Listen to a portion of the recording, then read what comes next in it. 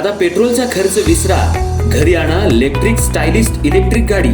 100% भारतीय बनावटीची electrics EV electric गाडी आता उपलब्ध।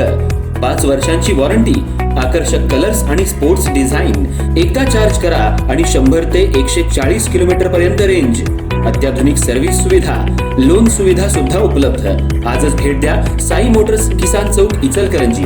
संपर्क 93 73 27 57 52 किंवा 0230 299 77 66। नो पेट्रोल नो टेन्शन, इलेक्ट्रिकचा स्मार्ट पर्याय।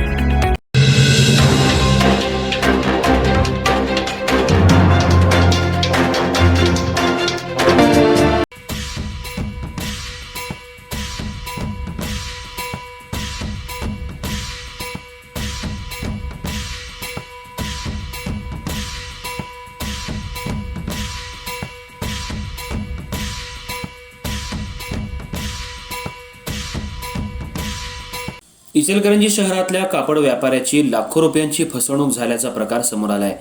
मोठे व्यापारी असल्याचं सांगून विश्वास संपादन करत तब्बल 27,83,228 रुपयांची फसवणूक केल्याप्रकरणी राजस्थानमधल्या चौघांविरोधात शिवाजीनगर पोलीस ठाण्यात गुन्हा दाखल करण्यात आलाय।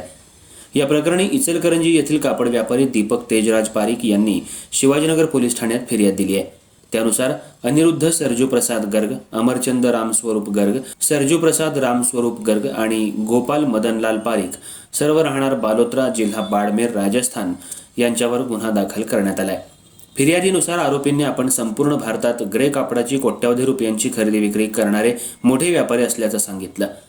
कापड खरेदी केल्यानंतर पैसे चेक आणि RTGS द्वारे देत असल्याचं सांगून व्यापाऱ्याचा विश्वास संपादन केला। त्यानंतर 23 सप्टेंबर 2023 ते 28 जुलै 2025 या काळात JP टेक्सटाईल मिल्स, कापड मार्केट, इचलकरंजी येथून एकूण 2,30,24,008 रुपयांचा कापड माल खरेदी करण्यात आला।